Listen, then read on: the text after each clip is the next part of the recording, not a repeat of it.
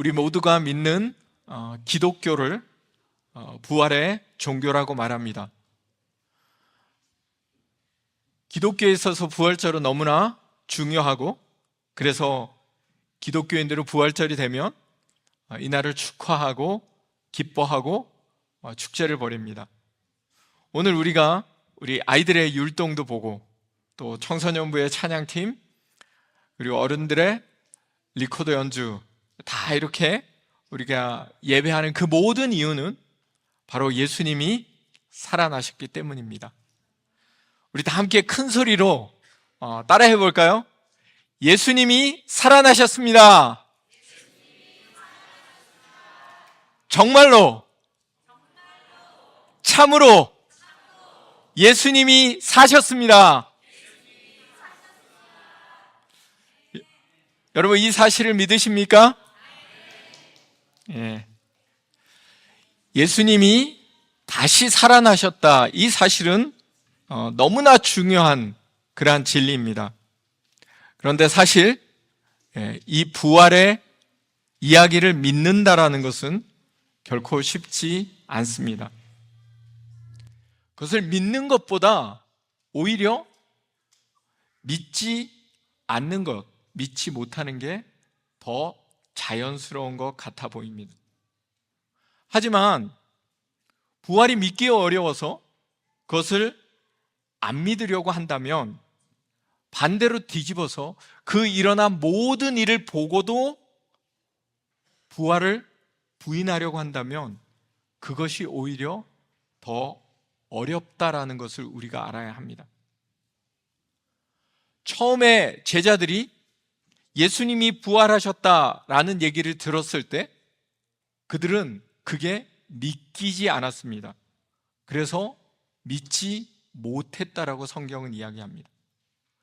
그랬던 제자들이 나중에 그것을 믿게 되었고, 믿는 정도로 끝난 것이 아니라 부활의 증인이 되었고, 날마다 부활을 이야기하며 목숨을 걸고 살았습니다.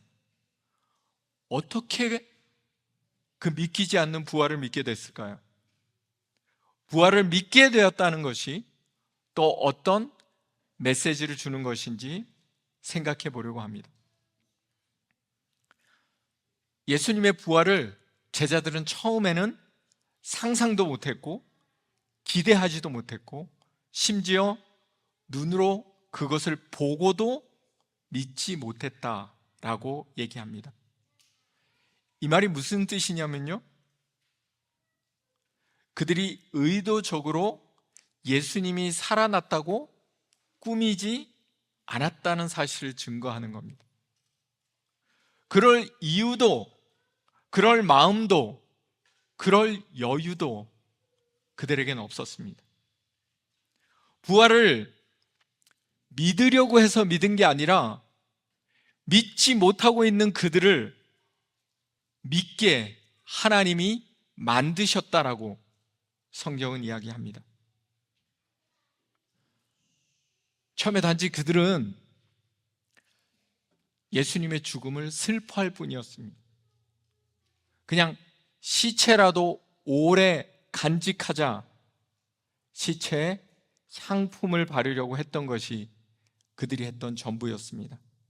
그런데 안식 후 첫날, 오늘과 같은 이 주일날 이른 아침에 그들이 무덤에 갔을 때 그들은 무덤 문이 열려 있는 것을 보았습니다. 그리고 예수님의 시체가 없어진 것을 보았습니다. 자, 오늘 본문에 나온 말인데, 자, 한번 따라해 보겠습니다. 주 예수의 시체가 보이지 아니하더라. 시체가 사라졌어요. 그래서 시체가 없어진 사건 정도로 이 모든 것이 시작되었습니다. 부활하신 예수님을 찾은 게 아니라 시체를 제자들이 찾고 있었다라는 겁니다. 정신없이 그러고 있는데 찬란한 옷을 입은 두 사람을 만납니다. 누구였을까요? 천사였겠죠. 5절과 6절에 그 천사들이 하는 말을 우리가 눈여겨보려고 합니다. 자, 따라해 보겠습니다. 어찌하여 살아있는 자를 죽은 자 가운데서 찾느냐? 여기 계시지 않고 살아나셨느니라. 예수님이 살아났다라는 것을 천사들이 나타나서 알려줬습니다. 스스로 믿은 게 아니라 예수님이 살아나셨다라는 것을 알려주고 믿으라고 얘기하는 겁니다. 시체가 없고 빈 무덤을 보면서 바로 믿지 못했지만 하나님이 믿게 말씀해 주신 겁니다.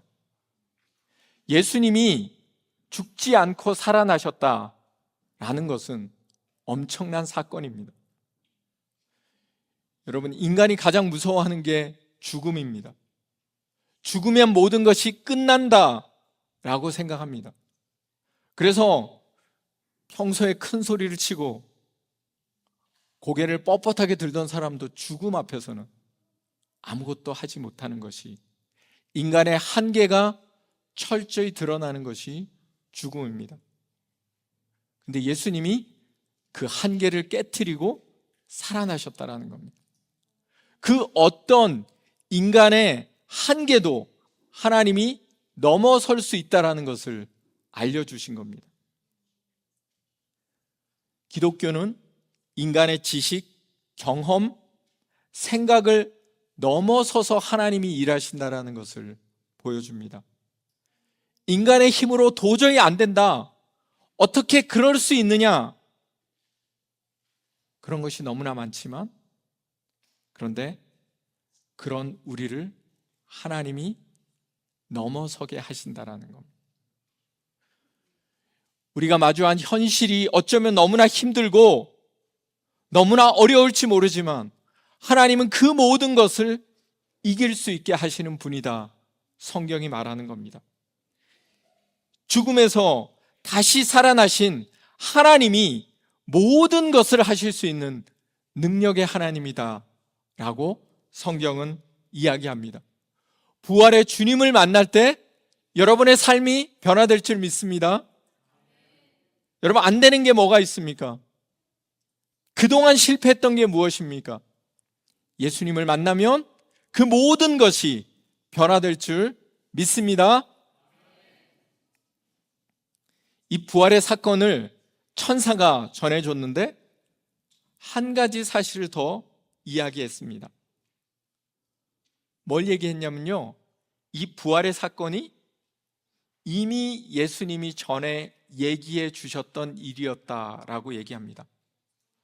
본문 6절과 7절에 그 얘기가 나오는데, 예수님이 죽은 다음에 3일 후에 다시 살아날 것을 이미 예수님이 말씀하셨다라는 얘기가 기록되어 있습니다. 예수님이 살아난 사건은 즉흥적인 사건이 아니라 오래전부터 계획된 사건이었습니다.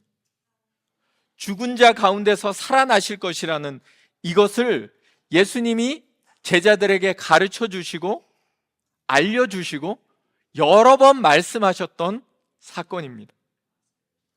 그때 제자들이 믿지 못했어요. 그래서 기억하지 못했어요. 그런데 다시 그걸 기억하랍니다. 하나님은 이 모든 것을 계획하시는 분이십니다. 부활도 하나님의 섭리 가운데 있었고 이 모든 것을 하나님이 이끌어 가신다라는 것을 보여주는 겁니다. 때로 우리가 어려운 일을 만나고 그 고난을 통과할 때 우리가 종종 힘들어합니다. 그러나 하나님은 말씀하십니다. 이 모든 것에 하나님의 뜻이 있다고요. 그것을 통과하며 우리가 잘하기를 원하시고 그 고난 뒤에 있을 영광을 맞이하기를 원하십니다.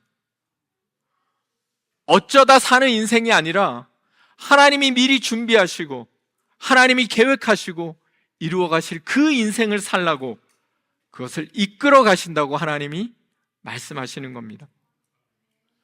여러분의 인생에 큰 의미가 있는 줄 믿습니다. 여러분이 그 누구보다도 아름답게 살기를 하나님이 원하십니다. 그래서 그것을 이끌어 가심을 믿습니다. 여인들이, 제자들이 아니고 여인들이 이 모든 사실을 보고 제자들에게로 달려가서 이 사실을 알려줍니다. 본문 11절에 보니까요, 제자들이 그 얘기를 듣고 헛웃음이 나왔나 봐요. 허탄한 일을 들었다라고 생각해서 믿지 못했답니다. 제자 중에 한 명이 무덤으로 달려가서 그것을 보았습니다. 본문엔 베드로라고 나와 있는데 요한복음을 보니까 요한과 베드로 둘이 같이 달려가서 그 사실을 보았습니다. 그리고 어떻게 했을까요? 부활을 믿었을까요? 아니요, 놀랍게 여기고 집으로 돌아갔습니다. 여러분, 부활을 한 사건을 보고 믿어지는 것이 아니라 하나, 둘, 셋, 수많은 사건을 보고 나중에 결국 믿게 된 겁니다. 우리 주위에 누가 예수를 전할 때 바로 예수를 믿을 거라고 생각하지 마십시오. 우리 주위에 누가 하나님의 놀라운 능력을 바로 경험하고 알게 되리라 생각하지 마십시오. 때로는 시간이 걸립니다. 우리는 그 하나님의 말씀을 서서히 알게 됩니다. 오늘 본문에 보니까 달려갔어요. 일어나서 달려갔습니다. 하나님의 말씀에 대해서 우리는 끝없이 전해야 하고, 그럴 때 결국 그 역사가 일어나는 줄 믿습니다. 결국 그래서 이 여인들이, 제자들이 부활의 증인으로 살며 끝없이 하나님을 전하며 살았습니다. 여러분의 인생도 그렇게 하나님을 전하는 인생이 되어야 합니다. 여러분 옆에 있는 분에게 이렇게 인사합시다. 주님이 살아나셨습니다.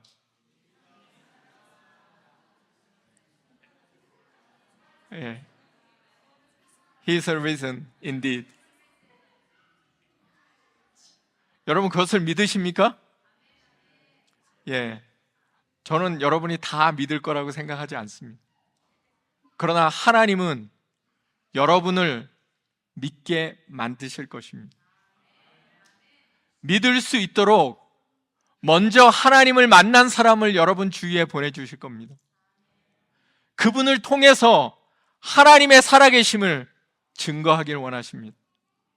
그래서 여러분 가운데 예수 믿는 사람이 늘어갈 것이고, 하나님의 능력이 더욱더 드러날 것이고, 그래서 결국 하나님이 이 모든 것을 이끌어 나가심을 우리 모두가 알게 될 것입니다. 그날이 올 때까지 우리 일어나서 달려가는 신앙생활을 할 수 있기를 간절히 소망합니다.